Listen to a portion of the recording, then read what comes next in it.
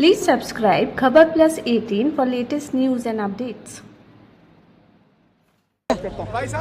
Corona संकट के समय पे धन्ना भगत तपोस्थली से एक संदेश आया और वो जाट समाज ने कर दिखाया, जिसकी कल्पना की थी उससे कहीं आगे जाके जो है ये काम पूरा हो रहा है। बात करते हैं एडीएम सुखराम जी से, किस तरह सोच आई और अब किस तरह स्थिति में पहुंच चुका है। चूँकि 23 मार्च से पूरे भारत में लॉकडाउन है, कोई भी सारे तरह के काम बंद है, तो गरीब तबके के निम्नतम पायदान पर जीवन बसर करने वाले लोगों के, ऐसा लोगों के जीवन यापन का बहुत बड़ा संकट है।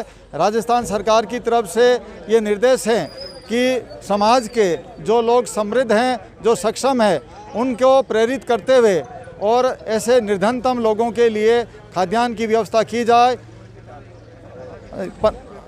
15 अप्रैल को श्रीमद धन्ना भगत की जयंती के अवसर पर जिला टोंक जाट समाज की तरफ से ये आह्वान आया कि हम सदियों से अन्नदान करते आए हैं और इस संकट की घड़ी में हम अन्नदान करेंगे। तो जिला कलेक्टर महोदय की उपस्थिति में जिला टोंक जाट समाज ने ये घोषणा की कि हम 1000 क्विंटल अन्नदान करेंगे। उस अन्नदान अभियान के अंदर लगभग 10 दिनों के अंदर 2100 क्विंटल के आसपास अन्नदान किया जाकर उसकी प्रोसेसिंग करके पैकेट अनाज आज वितरण के लिए जिला प्रशासन टोंक को जाट जिला टोंक की द्वारा आज प्रदान किया गया है। यह घड़ी है वो बहुत ही आत्मविश्वास की है टोंक जिले के लिए कि टोंक जिले के अंदर कोई भी व्यक्ति अब भूखा नहीं सोएगा। जाट समाज द्वारा एक पहल की गई कि इस पहल के अंदर जाट समाज के ज़िले के समस्त जाट समाज बंधुओं ने अभी 2100 क्विंटल गेहूं और लगभग 50 क्विंटल चने की दाल और 50 क्विंटल सरसों का ऑयल जो टोंक जिला प्रशासन को सुपुर्द किया है। और जो महामारी को देखते हुए जिन आम जन तक, जिन गरीब मजदूर तक जो राशन सामग्री नहीं पहुंच पा रही है, तो इनके माध्यम से, प्रशासन के माध्यम से वह पूरे ज़िले में हर ब्लॉक में उन लोगों तक यह राहत सामग्री पहुंचाई जाएगी, जिससे वे अपने परिवार को थोड़ा सा निरंतर उनके परिवार में सहयोग मिल। अभियान चलाया गया, आप महत्वपूर्ण कड़ी में रहे एक हैं, किस तरह की दिक्कतें आई और किस तरह का उत्साहवर्धन जो लोगों ने आपका किया? चुनौतियां तो रहती है। मैं निवेदन करूं, एक अनूठी पहल जिला प्रशासन में बहुत महत्वपूर्ण एडीएम साहब सुखराम जी कोखर द्वारा रखी गई और सबसे ज़्यादा धन्यवाद तो मैं समाज का दूंगा। चूँकि टोंक में कर्फ्यू लगा हुआ था, लॉकडाउन था, गांव में आ जाने से उन स्थितियों में फ़ोन के संपर्क के माध्यम से ही गांव के लोगों ने ये अन्नदान के लिए 2000 क्विंटल गेहूं, 100 क्विंटल सरसों और 150 क्विंटल चना। और मैं निवेदन करूं, सबसे बड़ी बात तो कोई शर्त ही समाज ने नहीं रखी। एडीएम साहब भी मिले, हम भी मिले, तो साहब ये वहाँ पहुँचाइए जिनको सबसे ज़्यादा ज़रूरत है, और सारा निर्णय जिला प्रशासन पे छोड़ दिया कि आप तो दीजिए।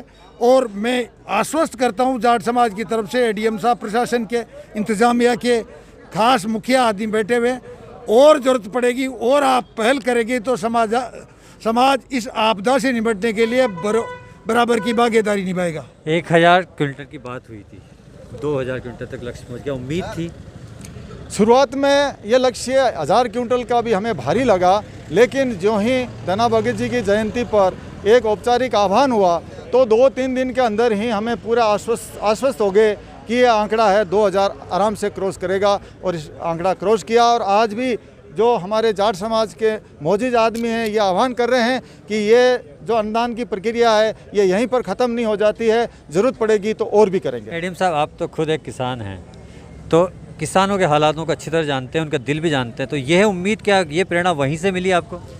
बिल्कुल, मैं किसान परिवार से, जाट परिवार से हूँ।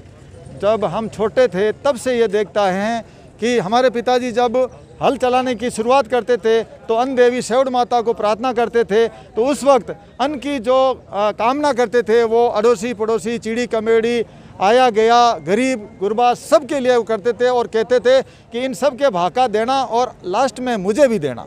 ये भावना किसान की, जाट की खेती करते वक्त होती है, ये इन जाटों के रगों में है, और हमें पूरा विश्वास था कि इस रवायत पर वो खरे उतरेंगे, और बिल्कुल जोश के साथ वो खरे उतरे हैं और आगे भी बढ़ेंगे।